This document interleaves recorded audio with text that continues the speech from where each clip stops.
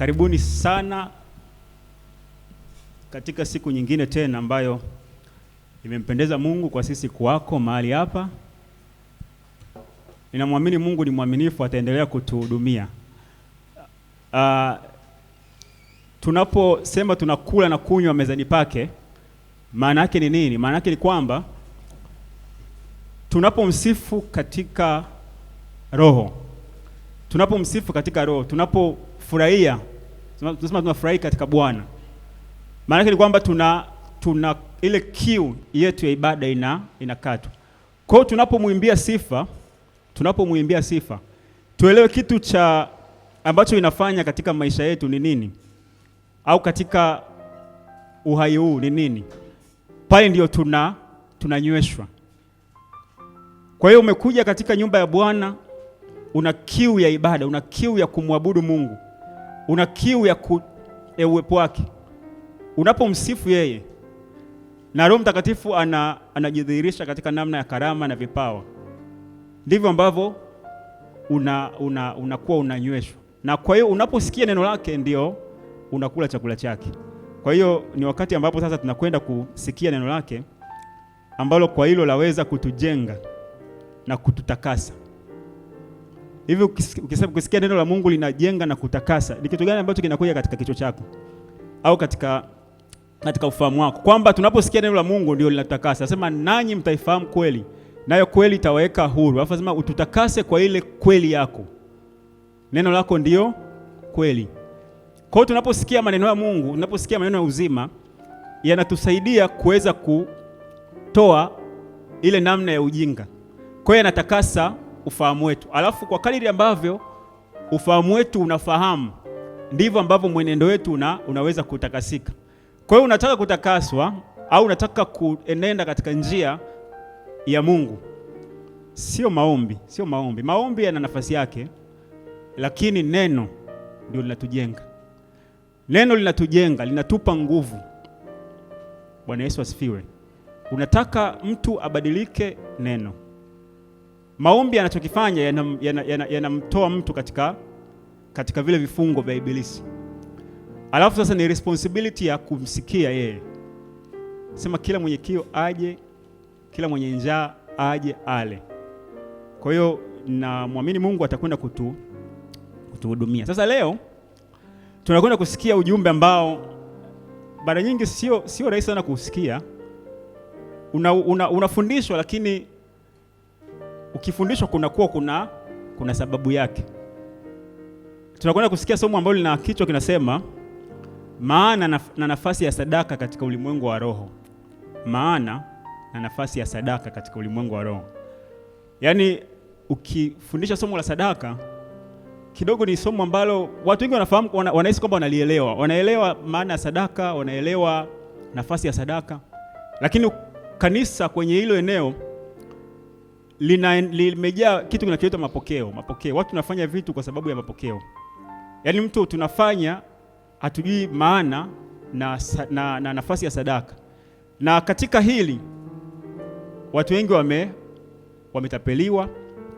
Katika hili watu wengi wameumizwa. Kwa sababu nafasi au maana ya kitu chochote ambacho katika ulimwengu kisipoeleweka, ni rahisi kutumiwa ndivyo sivyo.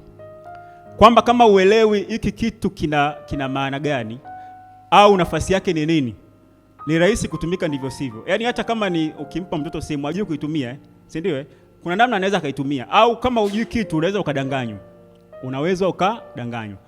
Kwa hiyo ni muhimu sana kuelewa hiki kitu cha sadaka, kwa sababu hata msingi wa wokovu wetu au wokovu wetu umetokana na sadaka aliyolipa Mungu. Yaani tunafurahia hapa tulipo, tunamtukuza Mungu, tunatukuza wokovu wake, tunatukuza neema yake, lakini kwa sababu ya kitu kimoja, sadaka. Kwa hiyo tusipoelewa maana ya sadaka, tusipoelewa nafasi ya sadaka, ni rahisi kutumika, au ni rahisi kupotoshwa, kudanganywa, au ni rahisi kuwa na nia ambayo sio sahihi. Kwa sababu hata wakati mwingine tunatoa sadaka kwa nia ambayo sio sahihi. Kwamba kuna mtu anaweza kwenda kutoa sadaka lakini kana kwamba anaenda kumshawishi Mungu, kumuonga Mungu. Unajua katika ulimwengu kuna wakati mwingine ukitaka mambo yaende katika mifumo fulani, wengine wanakuta wanatumia nguvu ya fedha, si ndio? Kwa hiyo unakuta hata katika ile mentality mtu anaweza akatoa akasukumia maombi yake. Kana kwamba kuna namna ambavyo tunafikiri kwamba sadaka kuna namna fulani inaweza ikamimpress Mungu. Kwa hiyo somo hili tunapolisikia katika siku ya leo, ninaamini tutakapotoka mahali hapa tutaelewa hasa maana ya sadaka. Na hebu kila mmoja ajiulize, hivi kila mmoja hapa, nafikiri kila mmoja amefundishwa kwa namna yake, na hata mimi mwenyewe nimefundisha, nimesikia mafundisho mengi ya kuhusu sadaka. Hebu tujiulize, kila mmoja ajiulize kwamba hivi sadaka ni nini na nafasi yake ni nini? Yaani sadaka ni kitu gani? Sadaka ni kitu gani? Alafu mwisho wa somo hili nafikiri kuna namna ambavyo tutaweza tukajitathmini. Sasa katika jamii kuna kitu kinachoitwa michango. Kwamba kuna tofauti kati ya mchango na sadaka. Kwamba mchango, tunaposema mchango, nataka nianze tu katika namna nyepesi afu tutakuja katika maandiko. Tunapozungumza mchango ni kitu ambacho ni jambo jema, ni tendo jema katika jamii. Na ni tendo ambalo linatengeneza umoja. Lakini mchango sio sadaka. Na unaweza kuniuliza kwamba michango ni sahihi kutoa? Ni sahihi sana, kwa sababu michango inaimarisha mahusiano yetu hasa na jamii.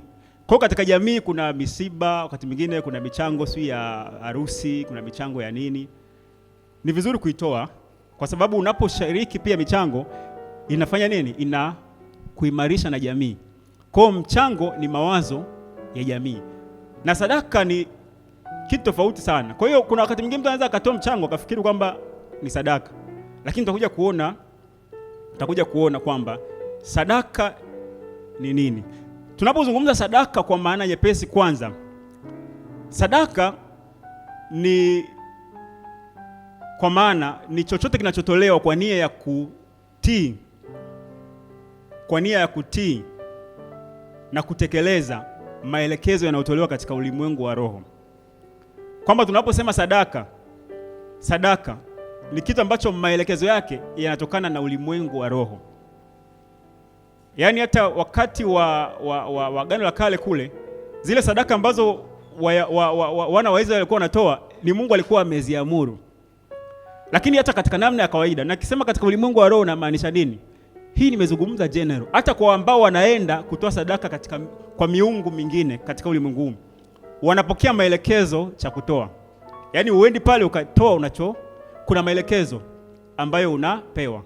Sasa sadaka ni kile ambacho kinatolewa.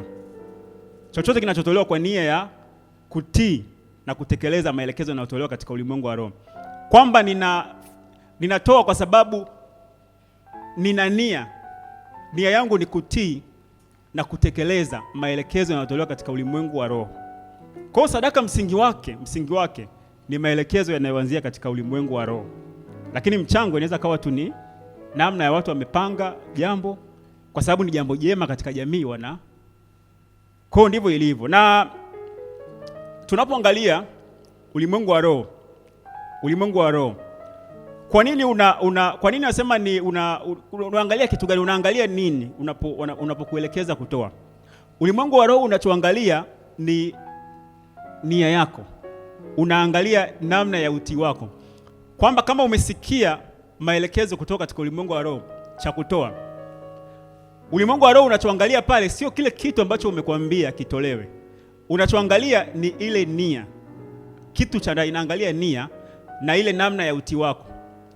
Kwa hiyo unaweza ukatoa, lakini kama sio kwa nia ya kutii yale maelekezo, unatoa tu kwa sababu yaani inakulazimu. Unajua kuna namna ambavyo tunatoa sadaka, lakini wakati mwingine kwa kulazimishwa, si ndio? Inatokea wakati mwingine unaweza ukanyanyuliwa, bana, hebu wewe nyanyuka, tuambie hapo unatoa shilingi ngapi. Ukisema hiyo ndogo, nishaona vitu kama namna hiyo ndogo sana, ongeza basi. Yaani inakuwa hivyo. Sasa sadaka kinachoangaliwa hasa ni kutoa kwa namna yaani nia, lazima iwe ndani. Unatoa kwa nia ya kutii neno, kutii maelekezo. Kwa hiyo ndivyo ambavyo ilivyo. Na kuna aina mbalimbali za sadaka. Unajua kuna sadaka wakati mwingine tumechukulia tu ni fedha. Ni fedha. Tumefikiria tu sadaka ni kitu cha kwenye kapu. Lakini kuna aina mbalimbali za sadaka. Sadaka inaweza ikawa moja, inaweza kawa ni ujuzi. Unaweza ukatoa ujuzi wako kama sadaka, kwamba Roho Mtakatifu ndani amekusemesha kwa habari ya kushiriki katika huo ujuzi wako, pengine aidha kwenye kazi ya kanisa au kuna mahali ambapo amekuelekeza. Inaweza kawa pia kipawa, kwamba hiyo namba moja ni ujuzi, kipawa na muda wa kuhudumia wengine kulingana na maelekezo yanayotolewa na Roho Mtakatifu. Kwa hiyo pia ni sehemu ya sadaka, kwamba usije kufikiri tu sadaka ni, kuna wakati mwingine mtu hana kwa maana ya fedha, aidha kulingana na bajeti yake na kadhalika, hana chaku, lakini anaweza akatoa ujuzi wake, kwamba kama kuna sehemu ambapo labda kuna ujenzi, alafu kuna jamaa pale ndani ni fundi, na wakati mwingine ana muda, akitoa ujuzi wake, akitoa kipawa chake, inawezekana. Kwa hiyo mtu anayetoa kipawa chake, anayetoa ujuzi wake, anayetoa muda wake kuhudumia lile ambalo Roho Mtakatifu amelielekeza, hiyo pia ni sadaka. Ni sadaka. Na kingine pia, sadaka nyingine inaweza kawa ni mali au inaweza kawa ni fedha ambazo tumezoea. Kwamba inaweza kawa ni mali inaweza kawa ni vitendea kazi, mtu ametoa vitendea kazi, mtu ametoa pengine eneo lake, pengine ametoa punda wake, ametoa farasi wake, ametoa usafiri wake kwa ajili ya kazi ya Injili, ni sadaka. Kwa hiyo tunapozungumza sadaka ni chochote ambacho maelekezo kikubwa zaidi kiwe umesikia Roho Mtakatifu amesema na wewe, kwamba hata kama amemtumia mtu kusema, lakini kuna namna ambavyo na wewe umeconnect, kwa sababu Roho Mtakatifu ni yule yule anayetenda kwangu mimi na anayetenda kwako wewe. Ina maana anatakiwa athibitishe kile ambacho ninakisema mimi, kwamba kuna maelekezo yametolewa pengine katika kanisa, alafu wewe ukasikia ndani huko ndani kwamba wewe ni sehemu ya kile ambacho unatakiwa pengine ushiriki. Maana kwamba Roho Mtakatifu ana confirm. Roho ni yule yule inasema, alafu wewe una connect, kwa maana kwamba Roho analithibitisha lile neno ndani yako. Kwa hiyo ndivyo ilivyo, kwamba unaweza kutoa vitendea kazi. Tunaona hata yule punda aliyembeba Yesu. Yesu aliwatuma wanafunzi akasema, kamwambieni mwalimu anafanya na haja naye. Ina maana kwake ile ilikuwa ni sadaka. Kwa nini? Kwa sababu mwalimu ana haja naye. Yesu mwenyewe alikuwa ana haja naye. Na inaweza kawa pia ni fedha ambayo tumeizoea. Lakini tuone kwamba unapotoa ujuzi wako, unapotoa kipawa chako, unapotoa muda wako wa kihuduma, ni sadaka. Sasa sadaka tunaweza kutoa katika maeneo gani? Kuna maeneo mbalimbali ambapo sadaka unaweza ikatolewa. Na moja ya maeneo inaweza katolewa sadaka kwa wenye mahitaji. Hii ni sadaka ambayo kwa kweli ile eneo limesahaulika mno. Sadaka kwa wenye uhitaji, kwa wenye mahitaji, ni sehemu ambayo imesahaulika mno. Lakini hiyo ni sadaka, tunasema ni sadaka ambayo inaonyesha upendo, sadaka ya upendo. Kwamba sisi wenyewe hapo mwanzo tulikuwa tumepotea, tulikuwa tuna uhitaji wa ukombozi, alafu Mungu kwa sababu ya upendo akamtoa Yesu Kristo kwa ajili ya sisi kuokolewa. Kwa sadaka ya wenye, unaona sehemu kuna uhitaji, alafu kaenda ukatoa, maana yake ni kwamba nini? Umetoa sadaka ya upendo. Na katika hili yasema katika Yohana wa kwanza 3:17 anasema, lakini mtu akiwa na riziki ya dunia hii kisha akamwona ndugu yake mhitaji akamzuilia huruma zake, je, upendo wa Mungu wakaaje ndani ya mtu huyo? Upendo wa Mungu wakaaje ndani ya mtu huyo? Kama mtu akiwa na riziki unavyo, alafu ukamwona ndugu yake ni mhitaji, kuna mahitaji ambayo anayo, alafu ukamzuilia huruma. Lakini tukiangalia kwenye kanisa la kwanza pia, kanisa la kwanza la mitume, tukisema kanisa la kwanza tunazungumza kama ni kanisa la mitume. Pale mwanzoni mitume ilikuwa ni kanisa la awali, kabla ya kufikiwa Injili katika maeneo mengi, kabla ya siku tufikia na kadhalika. Walikuwa wana portion, walikuwa wanatoa pia kwa ajili ya wenye uhitaji. Kwenye kitabu cha Matendo ya Mitume 4:34 anasema hivi. Anasema kwa 34,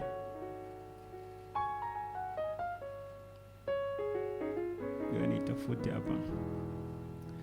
Anasema wala hapakuwa na mtu mmoja miongoni mwao mwenye mahitaji, kwa sababu watu wote waliokuwa na viwanja na nyumba waliviuza wakavileta thamani yake vilivyouzwa. Anasema wakaeka miguuni pa mitume, kila mmoja akagawia kadiri ambavyo alivyohitaji. Kwamba kulikuwa kuna wahitaji katikati ya waamini.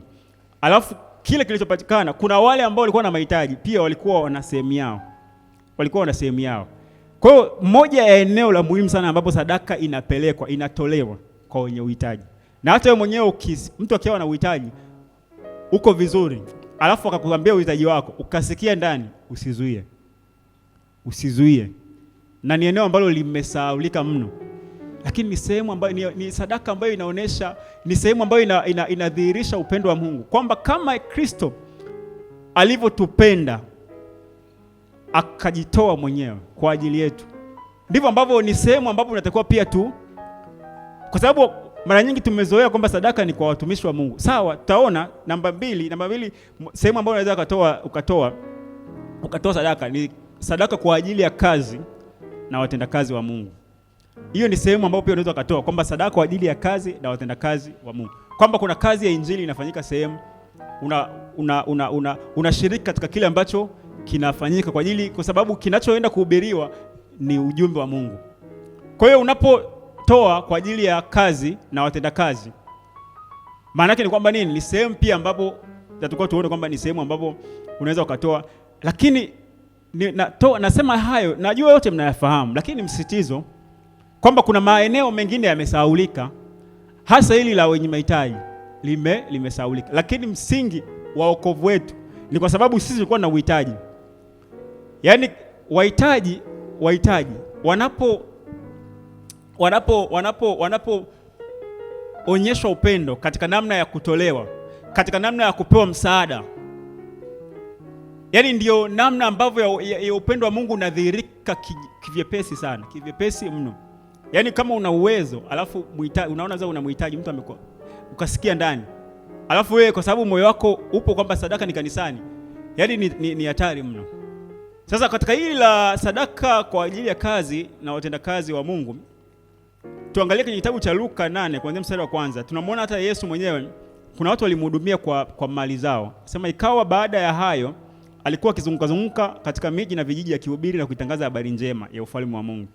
Wale tenashara walikuwa pamoja naye. Anasema na wanawake kadhaa ambao walikuwa na pepo wabaya na wagonjwa wakapona. Nao Mariam aitwaye Magdalena aliyetoka na pepo 7. Anasema na Yohana mkewe Kuza, wakili wa Herode, na Susana na wengine walikuwa wakimhudumia kwa mali zao. Kwamba Yesu mwenyewe wakati anahubiri injili, anasema alikuwa akizunguka mijini na vijiji akihubiri nini? Akihubiri habari njema ya ufalme wa Mungu. Lakini hapo mwisho wamezungumza watu ambao walikuwa wakimhudumia kwa mali zao. Kulikuwa kuna mke wa huyu jamaa wakili wa Herode, kulikuwa kuna Mariam aitwaye Magdalena na Susana kadhalika. Walikuwa kwa hiyo ndivyo ilivyo. Yaani ni eneo ambalo tunatakiwa ni eneo ambalo pia ni ambalo linatolewa sadaka. Ambapo ukitoa, Roho Mtakatifu mara nyingi anaweza kukuambia kwamba utoe kwa ajili ya. Lakini eneo lingine pia kuna eneo sadaka kwa wazazi. Kwa wazazi. Ni sehemu ambapo sadaka pia inatolewa kwa wazazi. Kwenye kitabu cha Mwanzo 25 kuanzia mstari wa 28, unajua wazazi tunaweza tukaona kwamba pengine mzazi pengine anajiweza, si ndio? Kwamba kwa sababu huyu ana uhitaji, kwa hiyo huyu mzazi wangu lakini unapoelewa Mwanzo 25 kuanzia mstari wa 28, unapoelewa kanuni za utoaji, kwamba utaelewa kwamba sehemu nyingine ya kutoa, sehemu nyingine ambapo tunapaswa kutoa ni kwa wazazi. Sawa, ni kadiri ambavyo Roho anakuongoza. Unajua utoaji ni kitu ambacho ni Roho, tutakuja kuona huko mbeleni. Katika zama zile walielekezwa namna ya kutoa, wapi watoe. Katika zama hizi tunaongozwa na Roho. Lakini ni muhimu tuwe sensitive na yale maeneo ambayo ambayo hasa yanapaswa kutolewa. Yaani kwa sababu kuna namna fulani ambapo unaweza ukaambiwa pengine mchango kama sadaka, unatakiwa uwe makini kwamba huu ni mchango, hii ni sadaka. Kwamba sadaka unaposikia ndani kutoa kama sadaka, maana yake ni kitu ambacho lazima utake serious, kwa sababu mchango ni kitu hasa ni kitu ambacho unaangalia na vitu vingi. Lakini kama Roho Mtakatifu anakuambia utoe kwa ajili ya kazi yake, au kwa ajili ya wazazi, au kwa ajili ya wahitaji, maana kwamba ile seriousness lazima iwe kubwa zaidi. Kwenye kitabu cha Mwanzo hapa tunamwona Isaka anasema basi Isaka, kwenye kitabu cha Mwanzo 25:28 afu tunaenda na 27, anasema basi Isaka akampenda Esau kwa sababu alikula mawindo yake, na Rebeka akampenda Yakobo. Tunaona hapa Isaka alimpenda Esau kwa sababu alikuwa anakula mawindo yake, kwamba alikuwa akiwinda anamkumbuka mzee wake. Lakini pia Yakobo alikuwa sana karibu na mama yake. Kwa ina maana alikuwa anamsaidia kazi za nyumbani. Unajua Yakobo alikuwa anakaa karibu na mama yake, mtoto wa pili. Alafu Esau alikuwa ni mtu, kwa sababu mtoto wa kwanza alikuwa sasa tunaona kila mmoja wake alikuwa anamkubali zaidi. Kwa hiyo kuna namna fulani hata Isaka alitaka kumbariki Yakobo, japokuwa alikuwa anataka kumbariki Esau, japokuwa ndio alikuwa ni mzaliwa wa kwanza, lakini pia alimpenda. Kwa nini? Kwa sababu alikuwa tunataka tu win, au nataka tupate nafasi katika mioyo ya wazazi wetu. Kutoa. Kwenye kitabu cha Mwanzo hapa sasa tunaona ile masuala ya baraka. Mwanzo 28 kuanzia mstari wa kwanza. Anasema ikawa Isaka alipokuwa mzee, macho yake yamepofuka asione, akamuita Esau mwanae mkubwa, akamwambia mwanangu, naye akamuitikia mimi hapa. Akasema tazama, sasa mimi nimekuwa mzee, sijui siku ya kufa kwangu. Basi naomba chukua podo yako na upinde, uende nyikani ukawinde mawindo, ukanifanyia chakula kitamu namna ile niipendayo, ukaniletee, ili nile, roho yangu ikubariki nisije nikafa. Umeona kwamba kumbe kuna namna ambavyo wazazi, unapotoa kwa wazazi, kuna namna ambavyo unaweka katika namna ambavyo ni rahisi kubariki, ni rahisi kutamkia maneno ambayo ni maneno ya baraka. Ni rahisi kutamkia maneno ya baraka. Kwa hiyo kuna namna ambavyo tunahitaji wazazi watamke maneno mema kwenye maisha yetu. Na kwa nafasi ya mzazi akizungumza neno linaenda, kwa sababu mzazi sio tu kwamba amekuzaa, ni nafasi, ni position. Ni sawa na hakimu akisema neno katika kiti chake pale linaenda. Kwa nini? Kwa sababu ni nafasi, amekaa kwenye ile nafasi. Anaweza kuzungumza mtu mwingine lisiende, lakini mzazi kwa nafasi yake. Ndio maana kuna wakati mwingine akizungumza maneno magumu ya laana, umemfanyia mambo magumu sana, akazungumza maneno magumu katika ulimwengu huu. Yaani katika ulimwengu anasema waheshimu baba yako na mama yako upate heri. Heri, anapozungumzia heri ni baraka. Upate heri na miaka mingi duniani. Kwa hiyo wazazi wana nafasi ya kuachilia baraka. Na kitu ambacho kinaweza kikachukua baraka kirahisi kwa wazazi ni namna ya kutoa. Kwa hiyo tunaona hapa alimwambia amletee kitu cha chakula ili ambariki. Sasa nimezungumza maneno matatu, lakini nataka tuendelee hapa. Kuna kitu ambacho nataka tukizungumza sasa hapa. Utaratibu wa utoaji sadaka katika ulimwengu wa roho wa nuru. Kwa sababu katika hiyo namna ya juu nimezungumza in general. Lakini katika ulimwengu wa nuru, kwamba katika ulimwengu wa giza kuna utaratibu wake. Yaani sadaka ni kitu ambacho kinatokana na maelekezo ya ulimwengu wa roho. Lakini ulimwengu wa roho wa giza una maelekezo yake. Na ulimwengu wa roho wa nuru, kwa maana ya kwamba ufalme wa Mungu pia una vigezo na masharti yake. Kwa hiyo hauwezi vikawa ni sawa. Hauwezi kawa ni sawa. Kwa hiyo tuelewe kwanza, kabla ya kuendelea, tuelewe kwanza sadaka inaweza kukubaliwa au kukataliwa. Ndio maana nikasema utaratibu wa utoaji sadaka katika ulimwengu wa roho. Kwamba unapokiuka utaratibu, unapokiuka vigezo na masharti ya namna ya utoaji sadaka, sadaka yako inaweza ikakubaliwa au ikakataliwa. Inaweza kukubaliwa ikakataliwa. Na kusema kukubaliwa au kukataliwa, katika namna ya kawaida inaweza ikapokelewa, lakini kwa sababu kikubwa zaidi ulimwengu wa roho unachoangalia ni ndani, nia. Unachoangalia nia. Yaani unapoenda kutoa, haangalii kile tendo, anaangalia ile nia. Utakuja kuona hata kutoa kwa huzuni, kutoa kwa kunungunika, kwa uchungu. Yaani unaweza ukatoa kikubalika vizuri kwamba kikapokelewa, lakini anayeona rohoni, kwa sababu anayeona ndani, anayeona nia, akaona hii kitu aliyetoa ametoa, lakini kwa hiyo sadaka inaweza kukubaliwa au ikakataliwa. Tuelewe hilo, na tukielewa hivyo tutakuwa makini mno. Kwenye kitabu cha Amos 5:22 anasema, naam, ijapokuwa mnanitolea sadaka zenu za kuteketezwa na sadaka zenu za unga, sizikubali, wala sitaziangalia sadaka zenu za amani na za wanyama walionona. Walikuwa wanaambiwa hapa wana wa Israeli kwamba walikuwa wanatoa vilivyonona. Tena anasema kwamba sadaka zenu, mnanitolea sadaka zenu, anasema sitazikubali, sitazikubali. Tena sadaka za wanyama walionona. Unajua katika namna kawaida tunasema kwamba sadaka iliyonona, sadaka inayopendeza, fuba zuri, kitu ambacho kizuri ndio kinakubalika. Lakini hapa amesema wala sadaka zenu za amani na sadaka za wanyama walionona. Kwa hiyo kuna shida hapa. Kwa nini hazikubaliwi? Kuna shida. Sasa kitu cha kwanza ambacho unatakiwa ukielewe. Kitu cha kwanza, unapoenda kutoa sadaka, unapotoa sadaka, Mungu cha kwanza kabisa, sadaka haelekezi utoe kile ambacho hajakupa. Kwa hiyo unapoenda kutoa sadaka, uelewe kabisa kwamba hichi ninachokipeleka ni kwa sababu Mungu amenipa. Unajua kuna namna ambavyo tumetengeneza kwamba ninaenda kutoa ili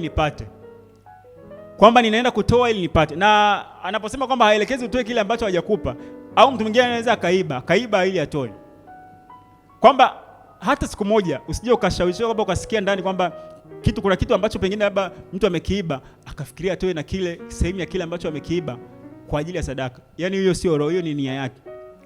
Hiyo ni nia, kwa sababu utaratibu Mungu aelekeze utoe kile ambacho hajakupa yeye. Kwa hiyo usiibe ili utoe au kukopa. Wakati mwingine anakopa ili atoe. Yaani kama hauna, kwa maana kwamba kuna namna ambavyo Roho Mtakatifu hawezi kukwambia utoe kile ambacho huna. Kwa hiyo asije kaibuka nabii, asije kaibuka apostle anakwambia, mpendwa, nenda kakope.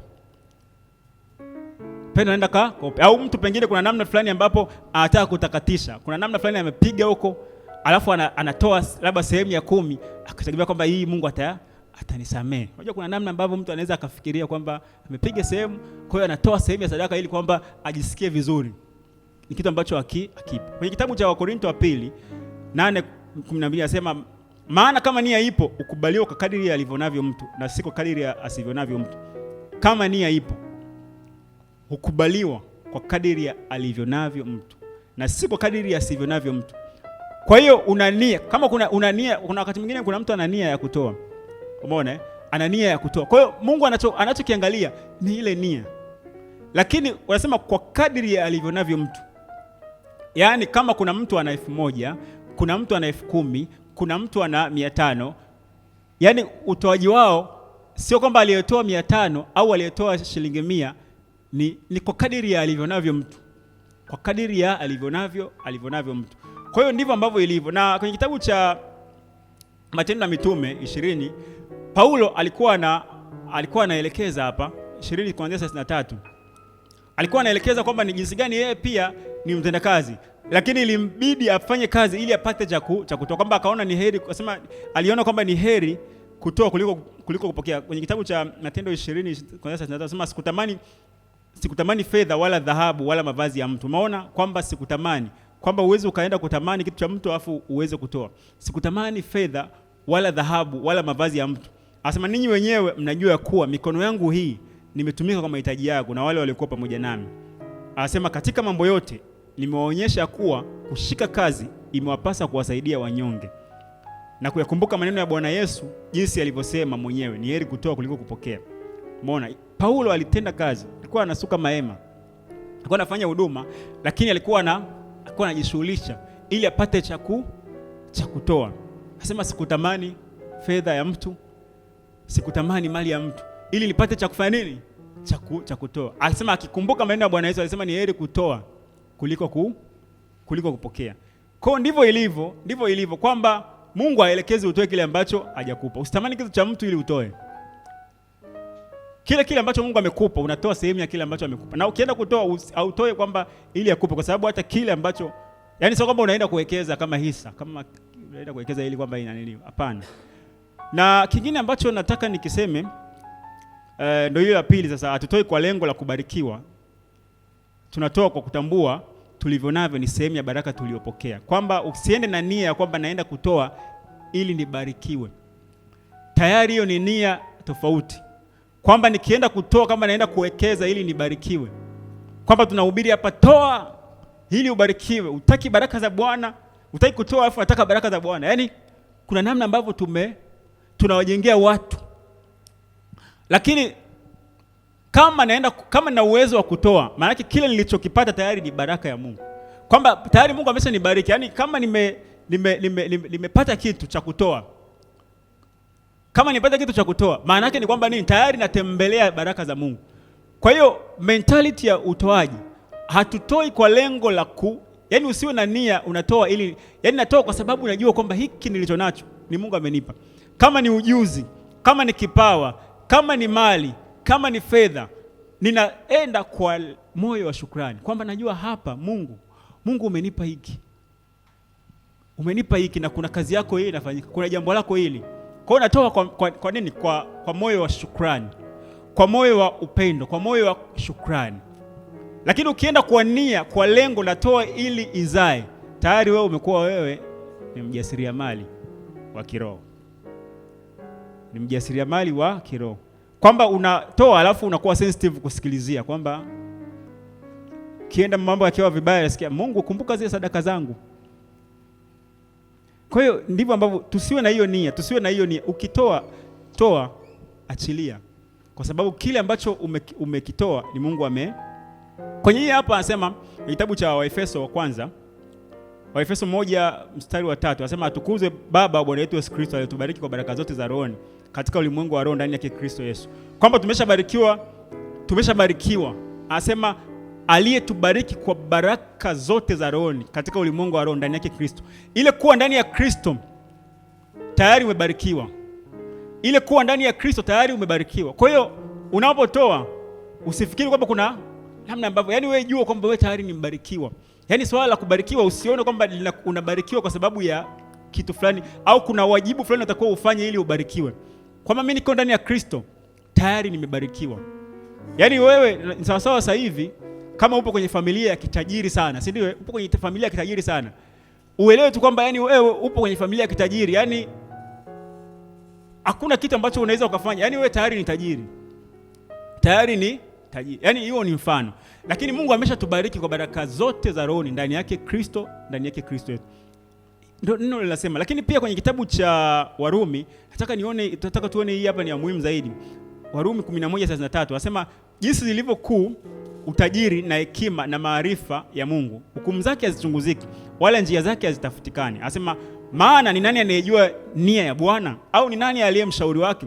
Anasema au ni nani aliyempa yeye kitu kwanza naye atalipwa tena? Anasema kwa kuwa vitu vyote vyatoka kwake, viko katika uweza wake. Anasema tena vitarejea kwake, utukufu una yeye milele na milele. Umeona? Ni nani aliyempa kitu kwanza naye atalipwa tena? Yaani hii concept ya kwamba nikatoe ili nilipwe, naenda kutoa ili nipate. Akasema ni nani? Akasema kwa kuwa vitu vyote vyatoka kwake. Yaani hata hivyo ulivyo navyo ni vyatoka kwake. Kwa hiyo kama unaenda kumpa ili, yaani ni concept katika ulimwengu wa roho wa nuru haipo. Inawezekana hiyo concept kwenye ulimwengu wa roho mwingine ipo. Lakini katika ulimwengu wa roho wa nuru utakuja kuona kuna namna, kuna thawabu. Kuna thawabu unaweza kaipokea. Lakini utoaji tayari wewe umeshabarikiwa. Tunapokwenda kutoa, tunapotoa kwa ajili ya kazi ya Mungu, tuelewe kwamba sisi tuko ndani ya baraka zake. Sisi tumeshabarikiwa. Na vyote hivi pamoja na sisi, asema dunia na vyote vijazavyo ni mali yake. Kuna kitu gani ambacho tunaweza kumpa Bwana? Unapotoa chochote, Mungu anachoangalia ni nia ya ndani. Anaangalia nia ya ndani. Kwamba nia yako ni nini? Huyu nia yake anatoa hivi, anawekeza hisa. Cheza kikoba hapa na mimi sina utaratibu wa kucheza vikoba na wanadamu. Kitapokelewa sawa. lakini kuna thawabu utaikosa. Yaani anaangalia nia kwamba huyu anatoa, lakini mbona anatoa kwa masikitiko? Mbona moyo wake una uchungu? Huyu hajatoa kwa moyo wa kupenda. Kitapokelewa sawa, lakini kuna kitu ambacho utakuja kukiangalia. Lakini kingine pia cha tatu, utoaji wa hiari ambao sio wa kushurutishwa. Au kwa moyo wa upendo una thawabu. Utoaji wa hiari sio wa kushurutishwa. Sema kwa moyo wa upendo una thawabu. Yaani unapotoa, na nimeshazungumza aina za sadaka jamani. Yaani unajua kwa mwingine unaweza katoa ujuzi wako, unaweza katoa kipawa chako, unaweza katoa nini kwa namna hii, kwa namna ya hiari, kwa namna ya hiari, sio kwa kushurutishwa, kwa moyo wa upendo. Unatoa kwa sababu unatambua upendo wa Mungu, unatambua Mungu amekupenda kwanza, kwamba ninatoa sio kwa sababu kuonesha nampenda Mungu, ila nikitafakari upendo wake, nikitafakari Mungu anavyotupenda, kwamba mimi kila alichokilipa kwanza ni kikubwa, cha thamani kubwa. Kwa hiyo hata nikitoa hiki, natoa kwa sababu tu yani nione tu mapenzi yake yanafanikiwa. Lakini yeye ametoa zaidi, kwamba kuna kitu gani ambacho anaweza akakitoa mtu kikawa ni kikubwa kuliko ambacho amekitoa Mungu? Hakuna. Alimtoa mwanae wa pekee, akaja kuishi maisha ya chini kwa ajili yangu mimi. Kwa hiyo hata nikitoa kile ambacho nasema kwamba nimekitoa, siwezi kujivunia kwamba ni kitu kikubwa kiasi kile. Na kwenye hili ukisoma kwenye kitabu cha kuanzia Marko 9:41 anasema, kwa kuwa yeyote atakayewanywesha ninyi kikombe cha maji, kwa kuwa ninyi ni watu wa Kristo, amini nawaambia hatakosa thawabu yake. Thawabu kwamba alikuwa anawaambia wanafunzi wake kwamba kuna mtu akiwapa kikombe cha maji tu kunywa, kwa sababu nyie ni wana wa, asema hatakosa thawabu. Kwa hiyo kumbe kuna thawabu. Sasa thawabu ni nini? Thawabu ambayo inazungumziwa hapa, thawabu ni tuzo, ambayo hiyo tuzo ambayo inatokana na kuendelea kutunzwa. Yaani ni tuzo, ni reward ambayo, yaani Mungu ukitoa sio kwamba utapungukiwa, Mungu ataendelea kukutunza. Kwa hiyo unapotoa kwa hiari, kwa kutambua kwamba Mungu anakupenda, wanasema kwa moyo wa ukunjufu, yaani thawabu yake ni nini? Thawabu yake ni kwamba pale ulipotoa haitaonekana kwamba kumepunguka. Yaani ndio thawabu ambayo tunaipokea. Na kingine pia ambalo hii ni la muhimu sana, ndani linafundishwa mara nyingi na nafikiri mmeshalisikia, Wakorintho wa pili 9:7 anasema, kila mtu atende kama alivyokusudia moyoni mwake, si kwa huzuni wala si kwa lazima. Anasema maana Mungu umpenda yeye atoaye kwa moyo wa ukunjufu. Anasema na Mungu aweza kuwajaza kila neema kwa wingi, ili ninyi mkiwa na riziki za kila namna siku zote mpate kuzidi sana katika kila tendo jema. Anasema kama ilivyoandikwa, ametapanya amewapa maskini haki yake yakaa milele. Na yeye ampaye mbegu mwenye kupanda na mkate uwe chakula, atawapa mbegu za kupanda na kuzizidisha. Anasema naye ataongeza mazao ya haki yenu. Anasema mkitajirishwa katika vitu vyote, mpate kuwa na ukarimu wote umpatiao Mungu shukrani kwa kazi yenu. Umeona hapa mwanzo. Haya ni maneno ambayo mazito sana, ambayo mara nyingi huwa yazungumzwa kwa moyo. Anasema kwa moyo wa humpenda atoe kwa moyo wa ukunjufu, si kwa huzuni wala si kwa lazima.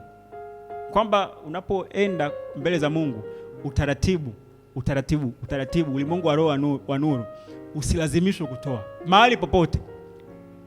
Usilazimishe, kama ulivyokusudia moyoni mwako. Sema kila mmoja atende kama alivyokusudiwa moyoni mwake. Yaani yeye kukusudia moyoni mwake ndio Roho Mtakatifu.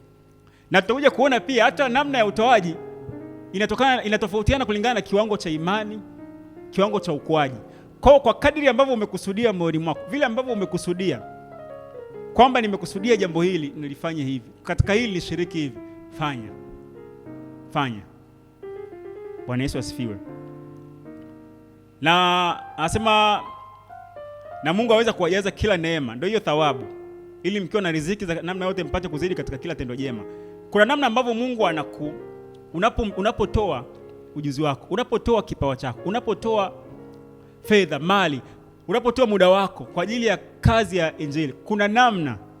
Unajua wakati mwingine nataka kusema hivi, nataka nizungumze hapa kwamba unaweza usione leo ile thawabu ambayo unaipokea, lakini kuna vitu ambavyo baadaye vitakuja kutokea ambavyo katika namna ya kawaida visingeweza kutokea. Kwa hiyo kuna thawabu. Na kingine ambacho nataka nikiseme hapa kwenye kitabu cha Mathayo 25:21 anasema kuna habari ya Bwana na watumwa wake. Anasema kuna huyo bwana alikuwa amewapa fedha ili kwamba wazalishe. Labda nisome. Anasema bwana wake akamwambia, vema, mtumwa mwema na mwaminifu, ulikuwa mwaminifu kwa machache, nitaweka juu ya mengi, ingia katika furaha ya bwana wako. Kuna mtumwa mmoja ambaye alikuwa amepewa vichache, lakini akawa mwaminifu katika vile vichache. Kwamba kuna wakati mwingine unaweza kumwambia Mungu, ukinipa vingi nitakutolea vingi, lakini Mungu anakuhitaji katika uaminifu katika hiyo vichache, kwamba una uwezo, una ujuzi, una mali katika namna hiyo chache. Ukiwa mwaminifu kwa vichache, anasema nitakuweka juu ya mengi. Yaani usifikiri kwamba ni mpaka niwe na vingi ndio naweza nikawa na cha kutoa. Hivyo vichache. Yesu alimuona yule mama anatoa senti mbili, akasema huyu jamaa ametoa zaidi katika nini?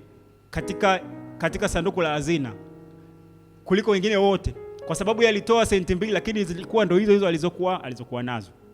Kwa hiyo ndivyo ambavyo ilivyo ukiwa mwaminifu kwa vichache. Na nasema hivyo kwa sababu gani? Hata katika namna ya kuwahudumia watu. Wakati mwingine tuko hapa watu wachache, si ndio? Unatoa ujuzi wako, unatoa kipawa ulicho nacho, watu wachache. Yaani usione kwamba bana hapa watu wachache, sasa hiki ninachokifanya ona kwamba unachokifanya kwa sababu ni Roho Mtakatifu amekupa maelekezo hayo, au Roho Mtakatifu amekupa hiyo assignment. Tumika kwa uaminifu. Ni sadaka yako. Kuna thawabu unaipokea. Na inaweza isionekane leo, lakini aliye mwaminifu kwa vichache, ndivyo ambavyo inatakiwa hivyo. Lakini pia nataka tuangalie kidogo sadaka zilizoamriwa kwa Torati, afu tunakuja tunamalizia kwa sababu hizi sadaka pia zinawachanganya watu. Unajua katika Torati iliyotolewa kwa mkono wa Musa, kitu cha kwanza tuelewe kwamba ile iliwahusu wana wa Israeli. Na ndio maana wakati ilitolewa katika mlima Sinai, ilikuwa ni agano kati ya Mungu na nyumba ya Israeli. Kwa hiyo kuna maelekezo ya sadaka mule ndani, kuna namna ya utoaji mule ndani iliwekwa, lakini ilikuwa inawahusu wale walioingia agano. Yaani namna ya maelekezo ya utoaji wa sadaka katika agano lile la Torati, agano lile ambalo Mungu aliingia na nyumba ya Israeli kwa mkono wa Musa, lilikuwa lina wahusu wana wa. Kwa hiyo tunaposoma Torati tutakuja kuelewa kwamba kuna baadhi ya vitu, kuna namna ambavyo kuna vitu ambavyo tunaweza kuvifanya kwa sasa hivi tukafikiri kwamba tunatimiza taratibu za kimungu, lakini tayari vilishalipwa. Na pia hata hivyo Torati tukisoma sisi, lazima tukisoma Torati tuone wokovu wa Mungu, tumuone Yesu. Kama tunasoma vitabu vya Musa hatumuoni Yesu, nikisema hivyo inakuwa ni ngumu sana. Lakini nafikiri kuna wakati tutaelekezana kwamba unamuonaje Yesu katika Torati na manabii, katika vitabu vya Torati na manabii. Kwamba hata Yesu mwenyewe alisema kwamba Musa alizungumza habari zangu. Yesu kuna sehemu alisema kwamba Musa alihubiri habari zangu. Yaani akasema kama mngemfahamu Musa, mngenikubali na mimi, kwa sababu Musa alizungumza habari zangu. Kwa hiyo hata kanisa la kwanza wakati wanahubiri Injili walikuwa wanamfunua Yesu kupitia Torati na manabii. Kwa kila kilichotolewa pale walikuwa wanakifunua kwamba hiki kilifanyika, kilizungumzwa hivi, lakini ilikuwa linazungumzwa Kristo alitolewa msalabani, Kristo kama mwana kondoo. Hivyo sasa tuache hayo kuna baadhi ya sadaka ambazo zilifundishwa katika Agano la Kale ambazo zinaweza katika mafundisho zinaweza zikatajwa, alafu kujikuta umetoa kwa nia hiyo, alafu kumbe tofauti. Au wakati mwingine ni vizuri kupitia ili kuweza kujua kwamba sadaka hii namna hii sio nyakati hizi. Sema kulikuwa na sadaka mbalimbali. Kulikuwa kuna sadaka ya upatanisho. Katika Agano la Kale kuna sadaka ya upatanisho, ilikuwa inaitwa sadaka ya dhambi au sadaka ya hatia.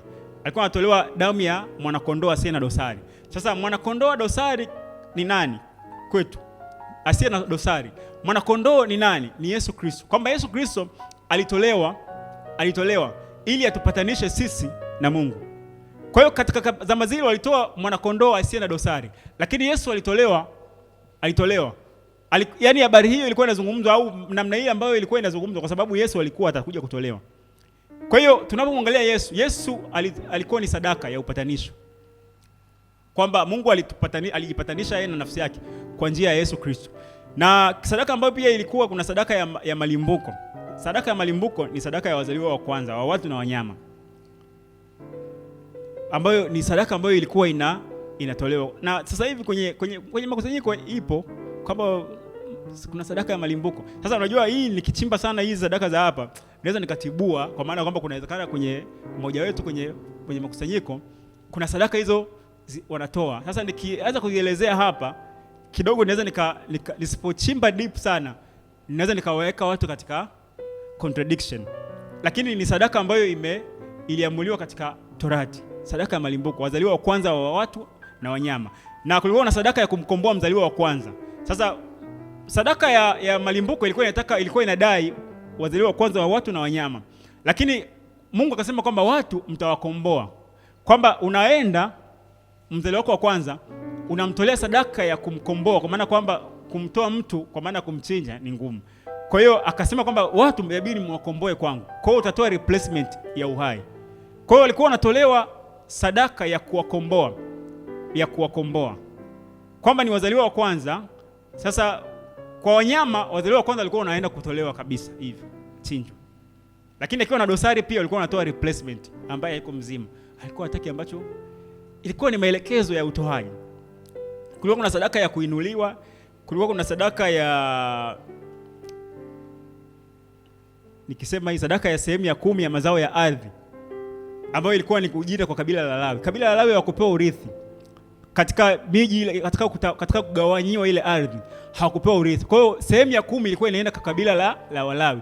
Ilikuwa ni kabila la kikuhani, kwamba Walawi walikuwa ni makuhani. Kwa hiyo halikuwa kupewa urithi. Kwa wana wa Israeli katika yale ambayo makabila mengine watakao yavuna, sehemu ya 10 lazima wawape kabila ile ambalo hawakupewa urithi wa ardhi. Wana wa Lawi hawakupewa, walitolewa kwa ajili ya kutumika madhabahuni. Sasa ukuhani umebadilika. Umebadilika sasa hivi. Ukuhani umebadilika. Kwenye kitabu cha Waebrania 7:12 anasema maana ukuhani ule ukubadilika, hapana budi sheria nayo ibadilike.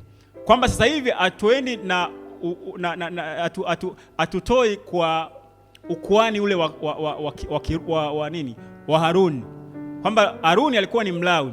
Kuna namna fulani ambavyo walikuwa wana haki kabisa. Sehemu ya 10. Sasa najua nasema nikienda sana huko ndani nitawachanganya. Kwamba mtu anasema kwa hiyo fungu la 10 ni sio sahihi. Sijasema unaweza ukatoa sehemu ya 10, lakini lazima Roho Mtakatifu akwambie isiwe ni sheria kwa maandiko ya Torati. Yaani nikitoa sehemu ya 10 nitoe kwa sababu nimesikia Roho ananiambia. Yaani isiwe kwamba kwa msingi wa fundisho la Torati, kwa sababu sehemu ya 10 iliagizwa kwa wana wa Israeli kwa kabila la Lawi. Lakini sasa hivi ukuhani umebadilika. Tu katika agano lingine. Katika agano hili hatuongozwi na sheria ya Torati. Anasema kwenye kitabu cha Warumi 8:14 anasema kwa kuwa wote wanaongozwa na Roho ndio wana wa Mungu.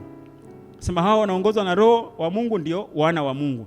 Lakini pia kwenye kitabu cha Warumi 8:2 anasema kwa sababu sheria ya Roho wa uzima ule ulio katika Yesu Kristo imeniacha uhuru mbali na sheria ya dhambi na mauti. Sheria ya dhambi na mauti ndio sheria ya Torati. nikielezea hapo nitatakaa muda mrefu. Yaani hapo inahitaji lazima uelewe. Lakini Torati kuna namna ilikuja kwa sababu wana wa Israeli walikuwa wana shingo ngumu. Walikuwa ni wagumu kuamini. Kwa hiyo ndivyo ambavyo ilivyo. Tunaongozwa na sheria ya roho wa uzima katika zama hizi. Kwa hiyo unaposikia ndani Roho Mtakatifu anakwambia kama ni 10%, kama ni 5, kama ni 20, kama ni nini, kila mtu atoe kama alivyokusudia moyoni mwake, si kwa huzuni wala si kwa lazima, maana Mungu mpenda yeye atoe kwa moyo wa kunjufu. Nataka nimalizie hapa. Mbona naona kama hatumalizi. Tumalizie hitimisho kuhusu utoaji. Sasa kuna mambo machache ambayo huwa tuelewe kwamba sadaka ni kiunganishi cha ulimwengu wa roho, cha ulimwengu wa mwili na wa roho. Asema kwa kuwa ni kipimo cha utii. Lakini sadaka inayotuunganisha na ulimwengu wa roho sio hiyo ya kwako, sio hii tunaotoa sisi. Sadaka inayotuunganisha tayari ni Yesu Kristo. Kwamba Yesu Kristo alitolewa kuwa sadaka ambayo itatufanya sisi tuwe na ujasiri wa kupaingia patakatifu pake. Anasema tuna ujasiri wa kupaingia patakatifu pake kwa damu ya Yesu. Kwamba damu ya Yesu ndio inatupa ujasiri, kwa sababu sadaka ambayo aliitoa Mungu kwa ajili yetu ndio imetengeneza daraja ya sisi kupaingia patakatifu. Kabla ya Yesu Kristo alikuwa anapaingia patakatifu kuhani mkuu mara moja kwa mwaka. Lakini baada ya damu ya Yesu kumwagika pale msalabani, lile pazia la hekalu lilipasuka kama ishara ya kwamba sasa hivi kila mtu ambaye yuko ndani ya Kristo ana uwezo Kwa hiyo sadaka ni kiunganishi kati ya ulimwengu wa roho na mwili, lakini sadaka inayotuunganisha ni sadaka ambayo anaitwa Yesu Kristo. Kwa hiyo mtu asije kuambia kwamba wewe unajua utoi ndio maana Mungu akusikii. Mungu anakusikia kwa sababu anasema ombeni lolote kwa jina langu. Bwana Yesu asifiwe. Kingine pia sadaka inapatanisha. Anasema sadaka inapatanisha. Ni kweli sadaka ni kipatanishi. Kwamba sadaka ni kipatanisha, lakini sadaka ni kipatanishi. Sadaka ambayo imetupatanisha ni Yesu Kristo kama ilivyosema. Ni Yesu Kristo. Kwa hiyo ukiangalia sadaka kila kipimo unachokipima unakuta Yesu amefeed. Sadaka inaleta baraka, lakini sisi tuko ndani ya kwamba Yesu alitoa sadaka inaleta baraka.